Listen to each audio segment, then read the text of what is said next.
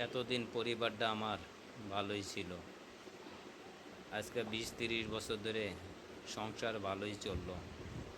30 বছর পরে আমার এই ধরনের মোকাবিলায় যে পড়তে হবে জীবনও আমি কল্পনা করতে পারি নাই। ছেলে সন্তান নিয়ে অনেক কষ্টের মধ্যে আছি। কিভাবে পাক করব, কিভাবে খাওয়াবো, কিভাবে ছেলে সন্তানদেরকে রাখবো। সারাদিন যদি কামে যাই, বাসার মধ্যে যদি কেউ না থাকে, ছেলে সন্তানরা কি করে না করে কেমনে বুঝবো বলেন আপনারা। মায়ে যদি থাকতো, বুকে আগলে নিয়ে অবশ্যই পাশে থাকতো। আজকে মা নাই, ছেলে সন্তানরা কিভাবে মানুষ হবে। আমার বড় ছেলেটা প্রতিবন্ধী, ওকে নিয়ে আমার অনেক টেনশন হয়।